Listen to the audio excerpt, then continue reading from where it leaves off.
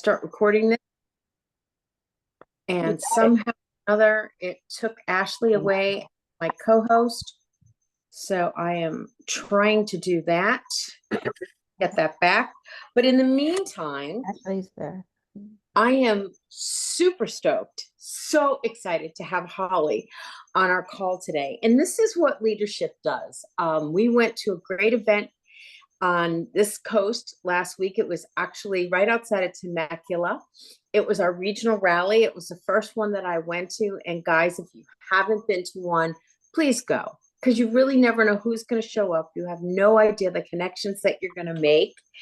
And I've seen Holly on, different EXP things on stage, everything, and then all of a sudden she's right there in person after I'd been admiring her on the video that they did right after the NAR decision. And I tell you guys, I can manifest anything. And so Holly, I swear that day that was you and Leo came on and did the video, correct? I said, I'm going to have Holly on my call. And it's not just my call, it's everyone's call. So Wake Up Wednesday is a group that Jean Frederick graciously allowed me to put together almost 2 years ago, which gives me a platform to have many, many guest speakers. And today I get to have Holly, and super stoked. Why don't you just tell us about you? I mean, when I was talking about it on Facebook Live, I said, everybody's got to be here because, Glenn Sanford, Lou, Holly, they all travel in the same circle. But I read your LinkedIn. Your bio is amazing. You're amazing what you're doing for the company. You're breaking everything down. But tell us the highlights of your career, Holly. I always love to get it from the perspective of the speaker and why you do this. Okay, so I got into real estate basically right out of college. I started a very brief career. Peggy, this is where you and I have something in common. I was in radio in college, and that was my major, was communication. So I was going to get into radio, and I realized really quickly I needed to have like 3 other jobs to support my radio career. And my uncle had bought a real estate brokerage for my grandparents in the early 80s. And so I just moved to Cottonwood. This is where I was born. And I moved back after college, jumped into real estate, with both feet, and have been doing it ever since. So along that journey, the last 25 years, I've been doing, I got my broker's license. I've been a designated broker. I've run a team. I've done REOs. I've done short sales. I've been a single agent, all of those things across Northern Arizona and the Metro Phoenix area. I was a team leader at one of the other companies, like many, many folks have been. And in 2018, I was offered the job to come and be a designated broker for EXP. And at that time, I think Arizona, we maybe had 300 agents, maybe 400. And we were right around 11,000 agents nationwide. And I was just at a point in my career where it was like, wow, why wouldn't I? Why wouldn't I take this risk? And, this looks like a really cool concept. I love the idea of being able to collaborate globally, because we weren't quite open in all 50 states. We had not opened in Canada yet, but I could see the vision. And I had served as state president for Arizona Realtors. I'd come up through the realtor organization. I testified before Congress. I did all of that kind of stuff, lobbying on behalf of private property rights. So I wanted to see the other side at a higher level. And jumping into the EXP in 2018 allowed me to get in, really help build Arizona from a brokerage standpoint and where we could go, because we went from like 300-400 agents in a year and a half to 2,000 agents. And so, yeah, it was crazy growth. And I loved being a broker because I got to train and problem solve and all of those things that, the messy in the middle is my favorite part, is how can we find a way? And so getting to move into leadership, that's not lost on me. How do I help our agents who are in the street every day trying to take care of their client at the highest level? How do we solve the messy in the middle? How do I make your life easier, not harder? And that's really been kind of my North Star as I look at, working in the company in this industry, is How do I advocate? How do I advocate for you? How do I advocate for our clients? How do I make it easier? How do I make this process more seamless?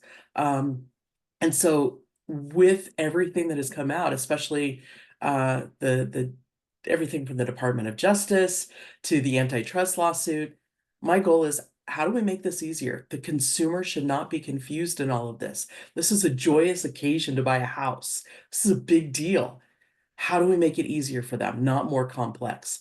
And so that's, I feel like some days I'm swimming upstream because our industry likes to make it more complex because they think if they make it more complex, we get to show our value. And I would argue in a professionals market like we're in, the professional shows up and they guide. And so you don't have to make it more complex. The professional makes it smoother for the client. And that is our innate value. But that's a little bit about me. And you're vice president of operations, correct? I get the title Yeah, right. brokerage operations. Yeah. So what exactly does that mean? You're broker for your own, or you're broker for the whole company? Yeah, so I'm basically your broker's broker, and there's two of us. Lauren Coleman is my counterpart on the East Coast, and I'm brokerage operations for West. So basically everything from like the Mississippi Valley over. And we really help develop and coach and train all of our brokers. We help implement policies and procedures. We're the ones that are dealing with the big lawsuits. Sometimes we get to meet with the attorneys. Sometimes we get to, weigh in on different things. Or kind of that subject matter expert. Lauren is a real estate commissioner in the state of Missouri. So we come from very different backgrounds. I'm realtor organization, she's real estate commission. So you've kind of got the best of both worlds in us. And really at the end of the day, I get to run both realty and commercial as far as the brokerage ops side for the US. And we're really focused on how do we build the brokerage in such a way that is sustainable in our core values. How do we do it in such a way that we help our agents support their clients? So really it's building something to last. And that's kind of behind the scenes. Broker's broker, but I'm the chief fixer, if you will. I love the messy in the middle. And I Yeah. just want to give a shout out. I'm in California, and our brokers here are so responsive. I mean, I can't begin to tell you. We get emails at the beginning of the weekend on who's on, what do you need, where do you go? And I know this is just not in California, but I'm speaking from experience here. I too was the CEO, team leader of 16 offices around the country. And I don't care. I had a broker on site. Sometimes my agents could never get an answer, and they were never around. So we have how many agents now in North America that you, or in Right around 77,000. 77,000 here, 92,000 total. And you guys are so lucky. I mean, I really want to say this coming from a managerial side where it's so frustrating when you're working with brokers. Please get to know your brokers. If you've never called them, just pop in the meetings, the training. Hats off, Holly, because when you're managing that many agents and that many brokers, and you come on cool and calm, and you've got this great, aura, like it's going to be okay. And through this whole thing, I've got some friends who are just jabbering on, we're going out of business, we're doing this, we're doing that. Well, if that's what you think, you're going to go out of business. I had a friend of mine who's at a major, used to be Abby Holiday in Texas. I sent out your video with you and Leo, and she shared it with some of her friends. And she wrote me a text and said, I cannot believe how your company has just presented this. And she's been going into other brokerages and trying to see what their company is saying. And you and Leo were so calm. If people haven't had the opportunity to see that video, do you know where they would find it? Because they should share it with everybody. Yeah, it's on the eXp Realty YouTube channel. Okay. And so definitely I'll see if I can't pull it up while we're visiting here. Okay. Fantastic. Well, you can do it. Go ahead, Ash. I was just gonna say, so I was at well, two things. One, Holly, hi. Hello, can't uh, wait to see you. I know, I miss you so much. I ran brokerages for 20 years, and I used to always tell people when I would come in to fix them, my version of messy in the middle is it's always going to get worse before it gets better. And I feel like that's kind of where we're at with this NAR thing, right? It's like it could get worse. We don't know. There's no final anything yet. So, but I love yours, messy in the middle. I'm going to steal that. But I was at a conference last week, a radio conference actually, but for real estate agents, and Leo spoke, and Brent Gove was there, and Jay Kender was there, and there were it was broker agnostic, and so there were about 150 team leaders from the top teams all over the country there. And it was interesting. I was talking to somebody from Remax, and they had just gotten back from Remax's conference, and they did not speak about this on stage at all. Like they gave them zero messaging at their national conference. And so I think that's really important for everybody to know, is that we're so lucky that you guys are addressing this head on and giving us the tools, and not just sticking your head in the sand and pretending it's not happening, because that's what's happening at some other brokerages. And that's not the only one I've heard that about, but I was very shocked to hear it about Remax being such a huge brand, right? I mean, that's just crazy to me that they would just completely gloss over it, not discuss it, and not arm their agents with information, because that, knowledge is power. And so all of those agents just missed a huge opportunity to, learn, or they missed an opportunity to educate their agents. So anyway, thank you guys, because not everybody's doing what you're doing.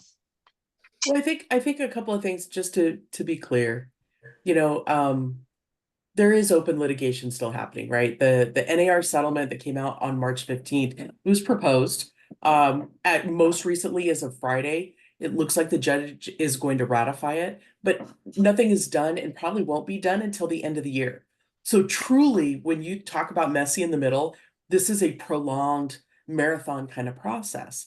And so what I appreciate that NAR did is they covered every agent. So you all are covered in this settlement that is proposed. Myself as an agent, I'm covered. EXP is still in open litigation.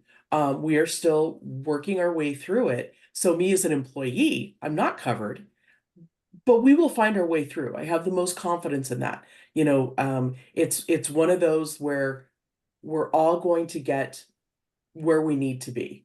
And so I just want to make sure that that's clear, that, there's some folks that are, when it comes to open litigation, there's some things you can't talk about. Yeah.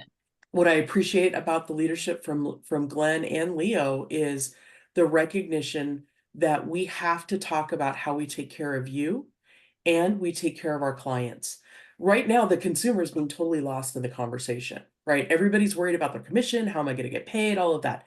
Y'all, I will say this. If you focus on taking care of the client, the money comes. Always. You always take care of the client first. And so if we go after how we could serve that consumer in this time that's kind of upside down for us, it doesn't matter, because we take care of them and we will find a way to make our living. I really cut my teeth on the short sale market.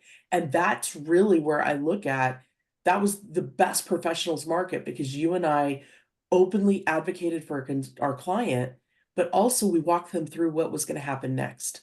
And by doing that, they had the utmost confidence in us. And that's where I think as a profession, we really shined.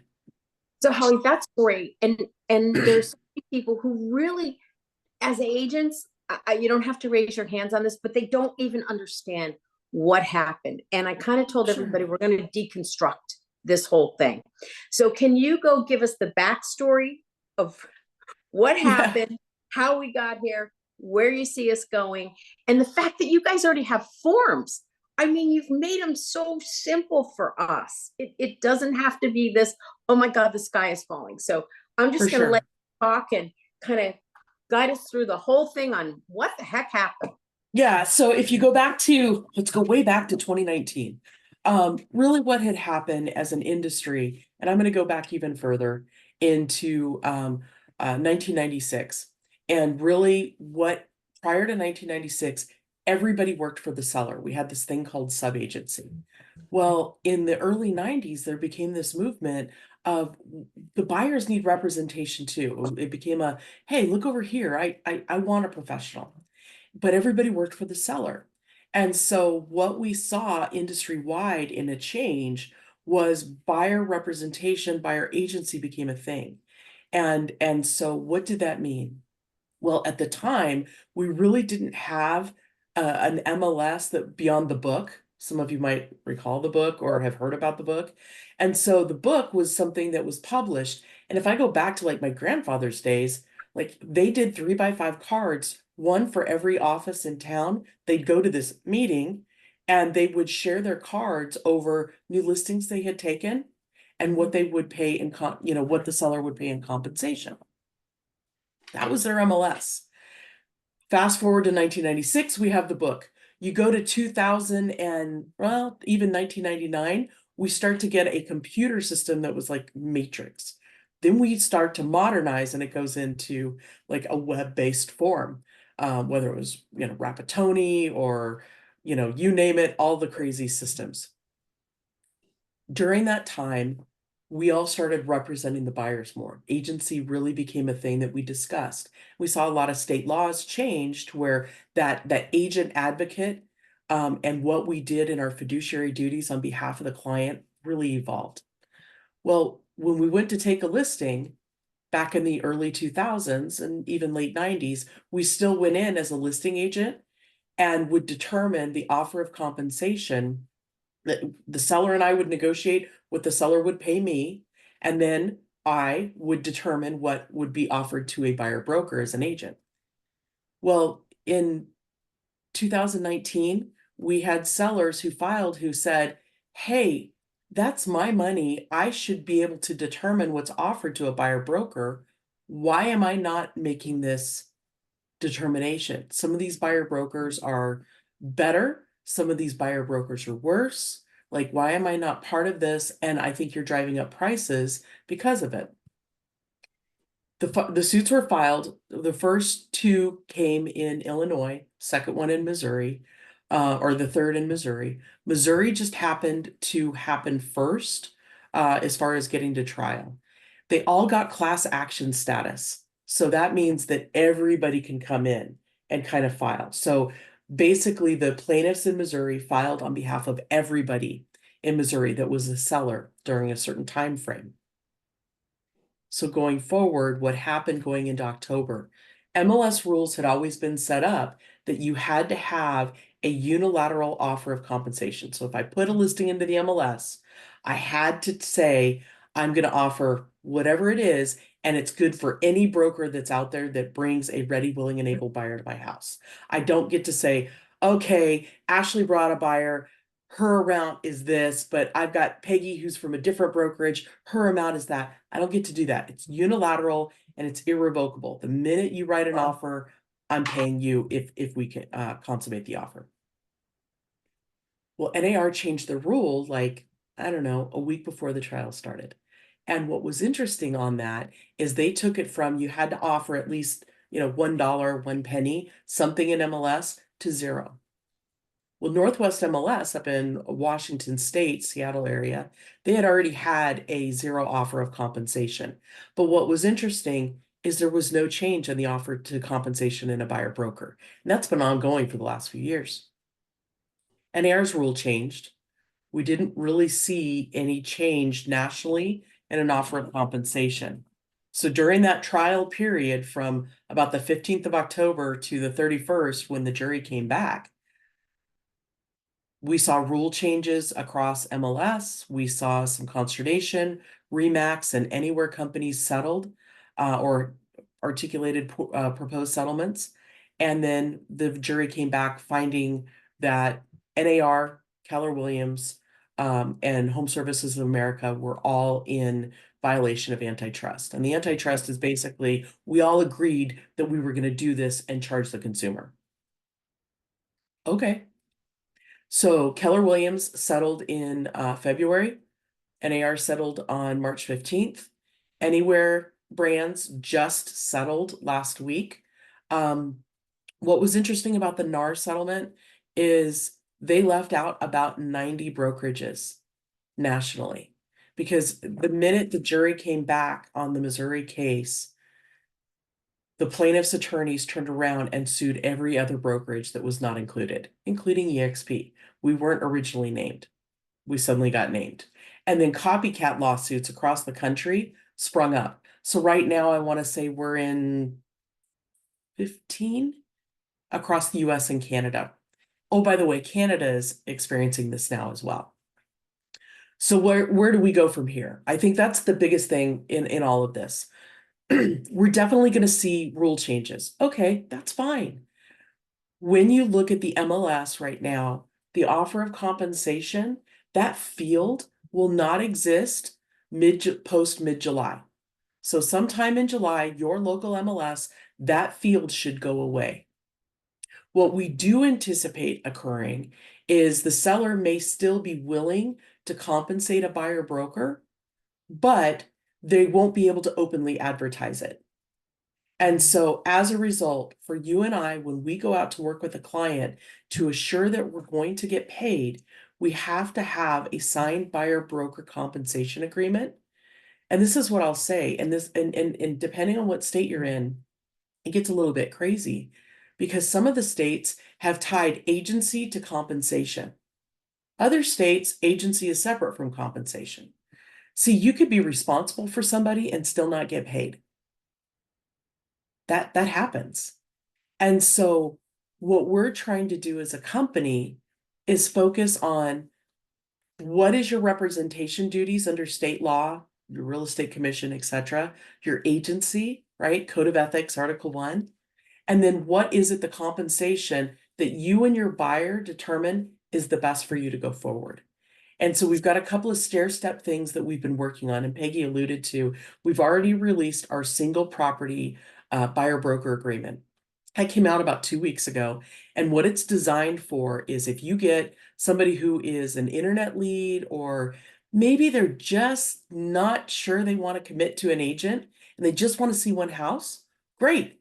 This is an off-ramp for that consumer to look at that property with you, have a conversation, and you can determine if they were to buy that property from you, what it would cost, right? It's kind of like going in and getting, a professional to do something for you. Like maybe you're having your will drawn up. You call an attorney, hey, I need to do a will. What would this cost me? Right? And maybe you're only having them do the will. Maybe you need to do healthcare power of attorney, or you need to do a trust, all of these things, but you only want them to do the will. Okay, that's fine. Or an LLC. Okay, that's fine. Can you do those things on your own? Yeah. Should you? Good choices need to be made. And so when we look at the single property buyer broker, that was our first, assistance to help consumers get comfortable. We wanted you all to get comfortable. We are working on right now the exclusive buyer broker, I'll call it 2.0. We released one last October. We wanted to have it because we realized we saw what was happening in the court case, and we immediately got proactive, and we released ours in November, right on the heels of the jury verdict, because some of our markets that we're in, like the state of Louisiana, they don't have a buyer broker agreement. And so we wanted to make sure all of our agents had the ability to get compensated for the work they do, and be able to explain it to a client. I'll admit the buyer broker that we wrote last year, and I've been on forms committees for the last 15 years in Arizona and working on different things. We wrote it from a realtor point of view. And then in February, we had a consumer group come out and say, hey, these buyer broker agreements are really terrible. They don't make sense to the consumers. They read like Apple terms of service or bad stereo instructions. Why are they so hard? And we really took that up to heart. When the NAR settlement came out, it was like, how do we make this easier for the consumer and our agents? We're not putting a man on the moon. How do we help somebody buy a house easier? And so that's why the single property was written the way it is. The buyer broker 2.0 likely will come out for you late next week. and it will be available to you in SkySlope. And again, it is only a compensation agreement. It's not your agency. So whatever your agency is for your local state, you'll do that as well. Then we're looking at the listing agreement, quite frankly, because the listing agreement, and we got a preview of the listing agreement that California Realtors is getting ready to release. It looks like an IRS form. And when it comes to the commission, and the broker compensation, if you marked C1, then C2 must be added. I was horrified that I'm going to sit and put that in front of a client. So we sat together with our team and discussed how we go forward. And we're really lucky. We've got EXP exclusives. We've got a lot of national brands that we work with as far as REO and relocation. We want to make this easier for them. And what we're finding is some of the realtor organization forms are not meeting the standard of where we want to be. And so we are already starting on the listing agreements. We're going to have to take those state by state. We'll start with California and Arizona, then head to Florida and Texas, starting with our biggest states and where we have the largest volume, but also kind of driven by Revenos and our REO and Relo accounts. But when we start to look at where we're at and what's next, let's talk about your business, right? When I think of your business, what I want to empower you all in is, what do you do walking that client through making a good decision? And how do you articulate that to them? One of my favorite things that I'm seeing agents do right now, and we've been championing it, is, what is the savings by working with you? What do you do to save people money? Right? Is it your negotiating skills? Is it how you get the price down? Is it, helping them on repairs? Like, we all have that forte in the way we write offers and the way we negotiate, and even in the way that we walk through the transaction with a client, you're really good at. And so how are you articulating that to a client? Because what is the cost of not hiring you? That's what I want you to focus on. Because if a consumer misses out on hiring you, oh my goodness, what does that mean for them? See, the forms we will make those easier. We will get you the training you need and, scripts and things like that. But I want you to, because this is so personal, right? The conversation that you have with a client, how do you really take care of them? And what does that look like? And so that articulation of care is hard. It's hard to talk about yourself. And what I would encourage is past clients, whoever you've closed a deal with in the last 90 days, have them give you feedback, have them write you a review that you've got on your social media, that you've got on your LinkedIn, that you've got in your buyer book, all of that. Those types of things getting started. And then, you start, some people I'm seeing it have, they'll hire a videographer who will interview past clients. And it's like, oh my gosh, I hired Peggy because she did these 3 things and I was so grateful for them. And if that's kind of your standard of practice, man, accentuate that positive. That's fantastic. You know what I mean? So I'm going to pause there because I just threw a lot at you and probably answered more than you wanted, Peggy, but what would you like to know? I think this is absolutely fascinating, and I could listen to you all day. So don't think that you answered too much. I think it's just like, okay, your calmness again, your presentation is just helping us. So I'm going to open it up to some questions too. A couple of questions that I have is, when you talk about we're making our own forms, or we're looking at our listing agreement because it's X amount of crazy stuff, why would other people say, okay, we're going to accept your form, or we're not going to accept your form because our company only wants, California state forms or things like that? Well, I think 2 things. One, the forms we're creating are between us and our client. Okay. We're not looking at doing the purchase agreement at this time. I don't see that as a win for you as our agent or our client that we're representing. But when it comes to a listing agreement, that's between us and the client. And so think of it this way. If you walk in with a 8-page, looks like an IRS, hard to understand form, and I walk in with a 4-page, easy to understand, this is how we're going to work together agreement, and I close with, nothing should ever be signed if you can't understand it. Love that tagline. I just won the listing out from under you, because I'm showing you my value right up front, that I'm going to keep you messy, out of the messy in the middle. I'm going to advocate for you all the way, and I'm able to distill this down. My favorite one of my favorite Einstein quotes is, if you can't explain it simply, you simply don't understand it well enough. And I think that that's what I'm seeing out of the realtor organizations right now, is we're throwing everything in these forms that are going from what was a 1-page form to now is suddenly 4, because it's like, oh my gosh, we've got to cover every possible scenario out there. You know what? Real estate is a nuanced specialty that, yes, there are lots of scenarios. That being said, Occam's razor says the simplest way forward is always the best, right? Keep it simple. So why not go there? We're overcomplicating things for the consumer. How do we take care of the consumer at the higher level? Keep it clear, keep it plain language, and move forward.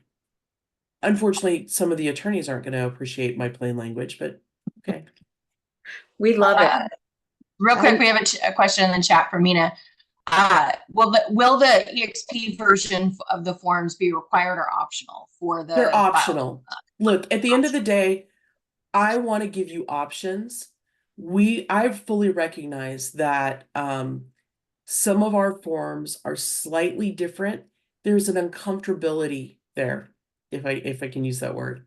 We're all used to the realtor organization forms, and so that's our crutch.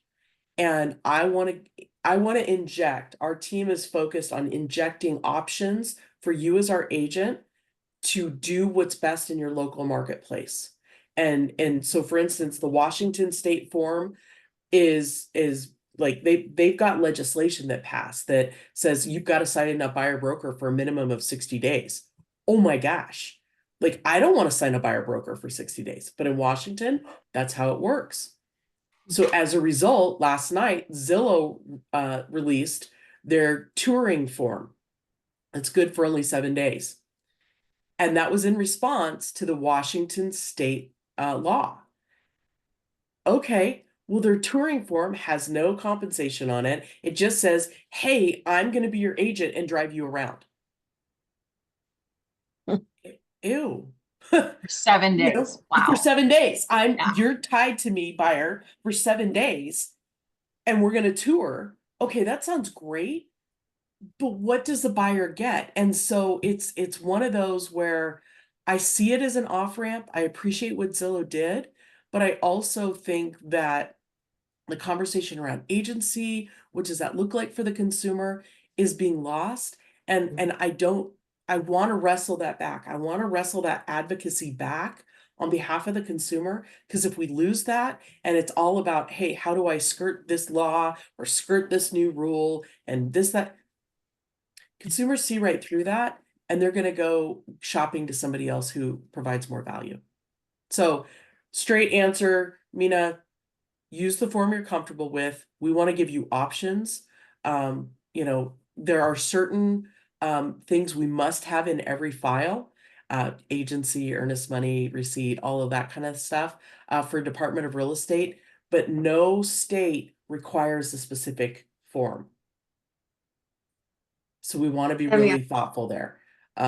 We may see some changes on that. I know Iowa last night passed their new law with regard to what's required. Every buyer must have a buyer broker, and the buyer's agent must have that in order to get paid. And that just passed in the state of Iowa last night. Okay. Onward.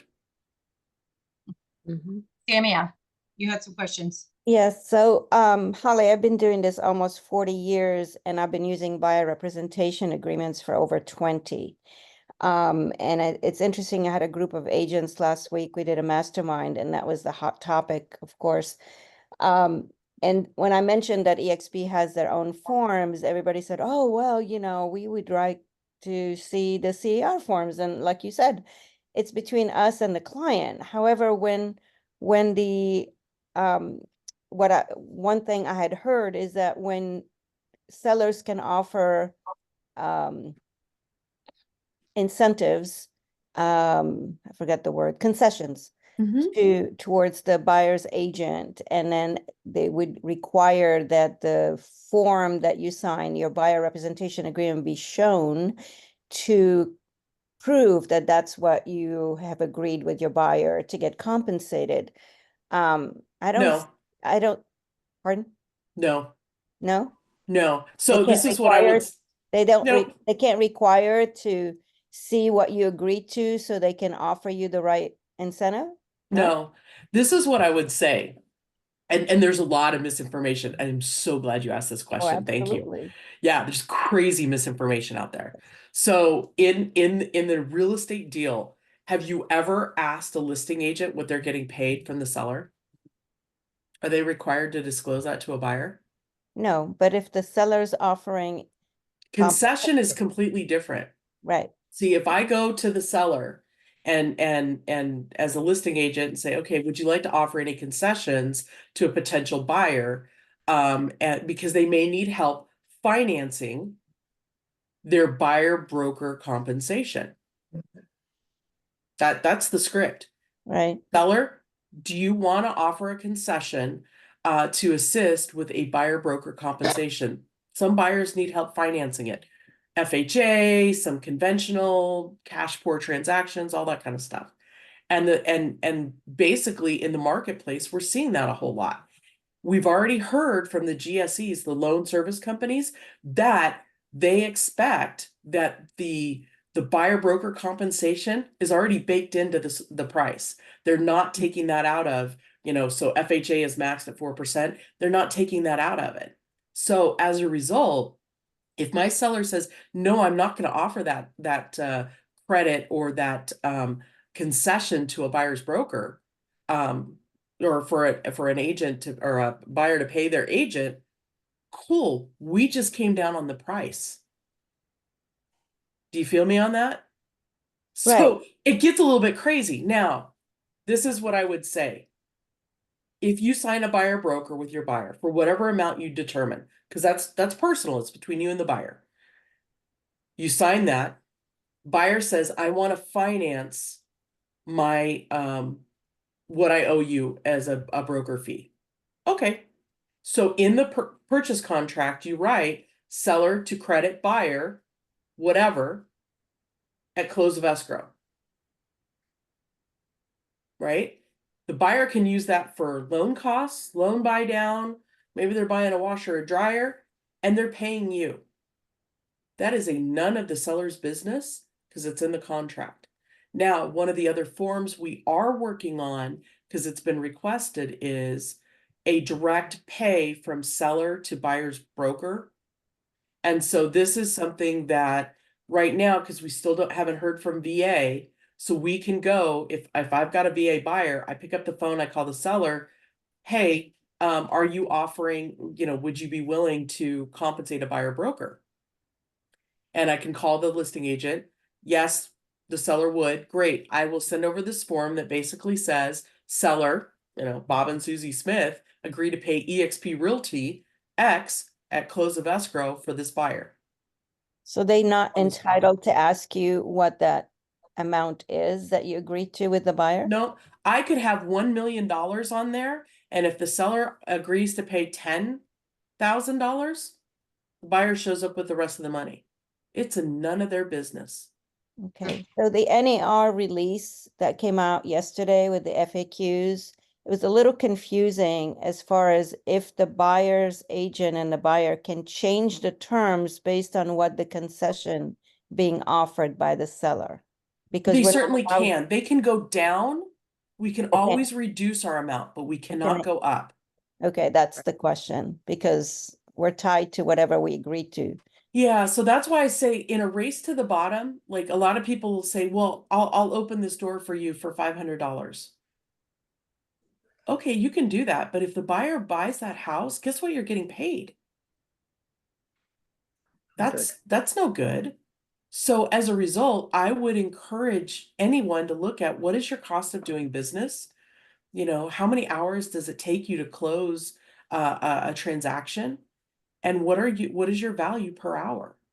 I would argue easily you're $200 to $500 per hour, depending on your marketplace. Mhm. I mean, I think the new law is going to be great because I can negotiate my own commission, my own compensation with the buyer, and not have another agent pre-decide what I'm going to get paid. 100%. And I think a lot of buyers agents, especially those like yourself who have been using the buyer broker agreement for some amount of time, are like, this is going to be great because I'm going to be able to take this on. And so let's break down a little bit of what you said, because I want to make sure that everybody's super clear. If you agree to work for somebody, and I'm going to use real numbers, so, but you choose whatever you want. If you agree to go to work for a buyer for 2.5%, and the seller is willing to offer a 3% concession, you're getting paid 2.5, period. Now, let's talk about new homes. We've got a lot of new home subdivisions that offer builder bonuses and things of that nature. If you are working with a buyer who's looking at new home construction, you need to put out exactly what you're going to get paid. So it could be, hey, I'm going to work for 4% because it's new home construction. This takes longer. I go out once a month and I take photos. I update you on all of the things because I know you're not going to be here, blah, blah, blah, blah, blah. And so I work for 4%. Then when the builder's only offering 3, you can come down. Does that make sense? But I want you to accentuate your positive as far as what you actually earn and why, because there's a lot of confusion there. Now, Sarah, can it be amended? I see you. Can it be amended? Everything can be amended. Our problem becomes, and this goes back to messy in the middle, if push comes to shove. So you and I are working together for, let's say, 2.5. And then suddenly we get in and we find this property that's amazing, and the seller's offering, you know, 3.5 because it's been on the market a while and they just want it gone. You and I amend our buyer broker together to go to 3.5. Well, we get into negotiations for after the fact, as far as, man, my interest rates went up. I didn't lock in time. Seller's not making all the repairs I asked for. I'm really uncomfortable. Oh, wow, you went on vacation and didn't tell me for a long weekend. I'm now itchy scratchy. Is your amendment going to stand? And I think that's where the messy in the middle is. Could it? Yeah, maybe. We've already seen the courts not really support realtors over consumers. So, be consistent would be my say. The script with the seller, I would say if I'm going to take a listing, and I actually I'm taking a listing with a past client right now, so I'm testing all these scripts. And so I sat with him last night and I said, hey, we've got some rule changes, and so we won't be offering compensation in the MLS, but we may still have buyers that are looking for concessions that would be wrapped up. And so some buyers need their buyer broker agreement or their buyer broker compensation financed. So what amount are you willing to help somebody finance in the form of a concession? Yeah, Samia, you can only go up if you amend, and I don't think there's legs for that, personally. Like, I just don't think there's legs. Are people going to try it? Sure. Is there going to be lawsuits? Yep. And I'll get back to you in 6 months.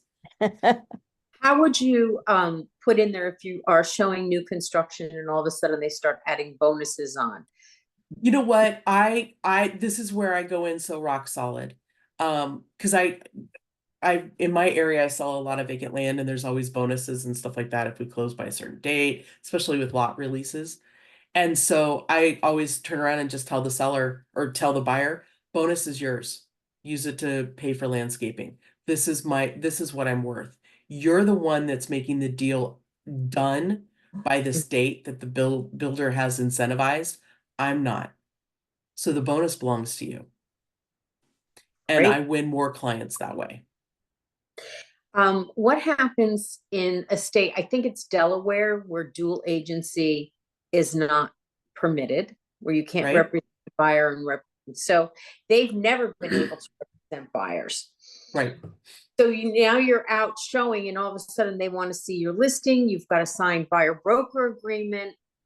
How does that happen? I think that one's going to be interesting, and we're kind of waiting for the locals to tell us. What I'm anticipating in that instance, if it's your listing, you may have to step back from that buyer on that listing and refer them to another agent. Just like you do now. Okay. That's going to be my best guess on that. I do think that dual agency, as we've noted in like Arizona and California, will likely fade away. I don't think there will be the appetite for it from the consumer side. But we'll see. I think designated agency will become a bigger thing, and that's super popular on the East Coast. Big where one. Oh, so I know it. Yeah. And so that's what I'm anticipating seeing. I'm fascinated by transactional or basically facilitator type brokerage that we see in Colorado, Texas, Florida. I mean, Florida, it's like, yeah, we don't have to represent anybody, just we match make. Right. I don't know that the consumers are going to deal with that either. So I do think we'll see legislative action out of all of this over the course of the next couple of years. We do have dual agency within EXP. So yeah, great question. Yes, Mr. Prescott Valley.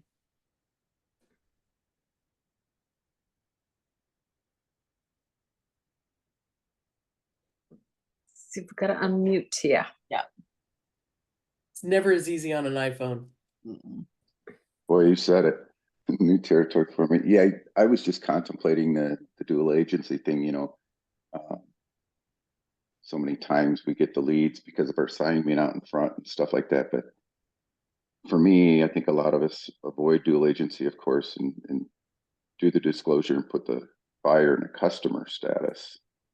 And of course, abide by ethics, etc. Yeah. So I'm contemplating how this is going to bleed through with these changes for that operating within that arena. Maybe it's new, maybe it's not, but I guess, also what I'd like to say is I really appreciate, you and everybody that's taking this thing head on. It just helps everybody. Well, thank you for that. So let's talk about if it's your listing and you get a sign call.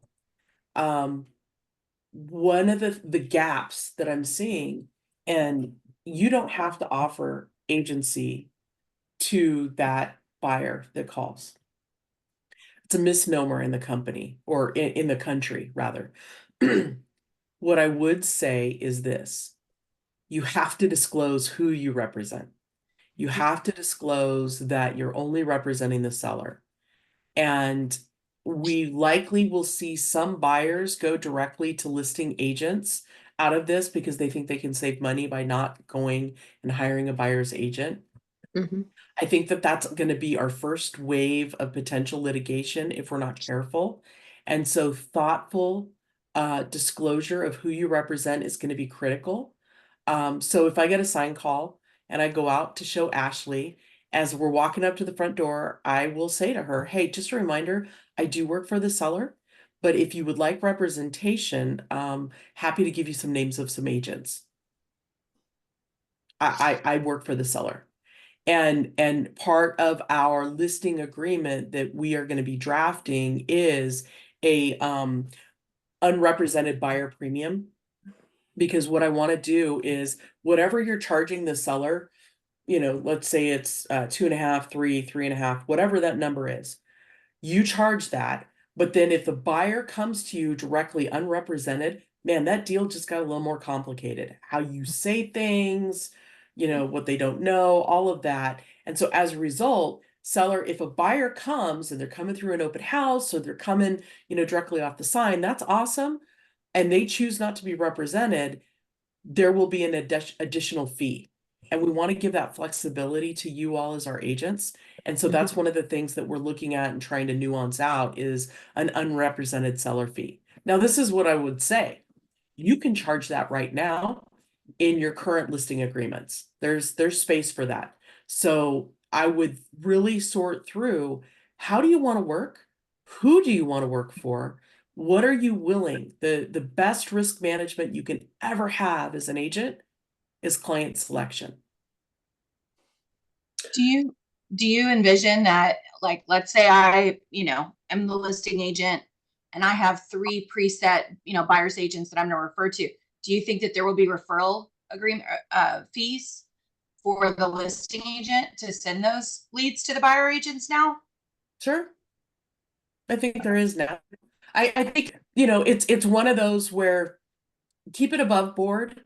Like, I'm going to refer this to you. If you refer within company, what are the state laws? What does that mean? I think that we're going to have a lot of really in-depth agency conversations with consumers, which is important. When I look at going out and taking a listing with a seller, I tell them up front, I don't want to represent a buyer on your house. Now, I would like permission for somebody from my company to bring a buyer. And what that means is dual agency. And this is how it breaks down in Arizona. And I'll walk them through, like, I may not know the buyer, but in theory, I'm limited because even if I heard what the buyer is willing to come up to, I can't disclose that to you. Right. And so that's a really, like, you want to give those scenarios and walk people through, because if you do it in advance, it's a hypothetical and nobody's itchy scratchy. They're like, oh, okay, that makes sense. There's no emotion. If And you there's do no it in the surprises middle, later. when somebody's right there and money's on the line, emotions hit, and now they're concerned that you are not advocating for them. Holly, can you answer one question, since I'm fairly new to EXP since October, and I asked this question, aren't we all part of one company, hence dual agents?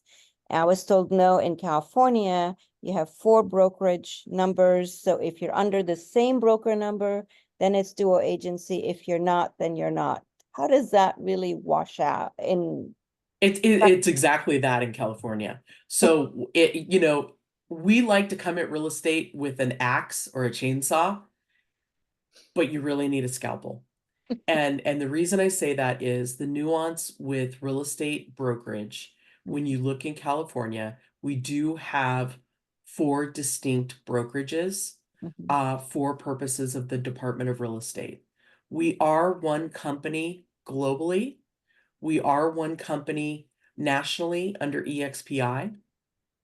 But for California Department of Real Estate purposes and the disclosure on the forms that they require, we are 4 separate brokerages with a separate designated broker. And within that broker, I was told you shouldn't even discuss commission. You know what? At the end of the day, you shouldn't discuss commission, period. Yeah. Like, what so you I don't. charge is what you charge. It's Yep. very personal. Yep. And it's client to client. That's why I say, like, everything that I've shared with you as far as numbers is a generalization. Right. I would never presume to tell you what to charge. I wish you would send that message even more, because that's that I tell people that and they go, well, we're in one company. I said, well, we're under different brokerages. We are, and that's why I say it's a scalpel. We are one company. We're able to share things because we are one company. But with the Department of Real Estate, state to state, like we're regionalizing North Carolina right now, it's a scalpel. Yeah. And have you considered using the word seller representation agreement on the new form? You know what? Everything is on the table right now. So I'll get back to you. I'll know more by June, because we're really pushing hard to have forms in advance of changes in July. So you have time to road test them. Like we've got the single property buyer broker we've had out being tested for a while. The buyer broker 2.0, I sent out to our test group earlier this week, like, give me feedback. What works? What doesn't? What do you like? And based on real world feedback with clients, we're making adjustments. All right. Holly, Thank you two so quick much. things. This has been great. You mentioned EXP exclusive before. Reader's Digest, quick explanation, because a lot of agents don't even know we have that and how this is going to be a benefit for us. What I love about EXP exclusives is it is our internal system to communicate with one another with regard to our listings. And so, for instance, the listing that I'm taking this weekend, I'm going to put on EXP exclusives as a coming soon. So that way, anybody in my market area or any of you that might have somebody looking to move to our area that needs something for $600,000 on 6/10 of an acre, cool. You can take a look at it and we can connect people. EXP exclusives is global. We have listings on it in US and Canada. It also allows us to pull all of the listings from MLS. So if it's active on the MLS, it's an EXP exclusive. And that allows you and I to look at all of our internal EXP listings across the US, Canada, and we just launched in commercial as well. So Perfect. that's the benefit of one company. It allows us to send referrals and connect our buyers. You can sign up to 10 buyers for EXP exclusives. So these are your true buyer clients. So they can see things that might be coming soon that could work for them in a market area. Wonderful.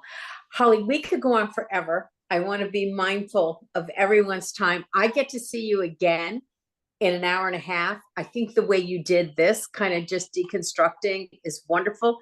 And I'm looking forward to it. I think you have to hear this over and over again. We would love to have you back when things get closer. If you would join our group at 6 a.m. Absolutely. I'm thrilled to be here. Coffee's on at 5, so let's go. Thanks, Holly, so much. We really appreciate you. Have a great day, guys. Thank you all. Going out. Bye. Thanks, Holly. Thank you. Thank you so much, Holly. Thank you, Holly. Thank you, Peggy. You're welcome, guys. Hey, thank you, thank you, thank you. Reading, I'm coming. I have the retreat this week. I'm coming to Texas on Saturday. Good deal. And if Let's anyone meet for a can get drink. there, we still have 1 or 2 spots that we can maneuver around if people want to come to the retreat. So Hey, talk to you soon, guys. I got to go to Safe Temecula. travels. Thanks, Holly. Bye, guys. bye. Bye. Bye.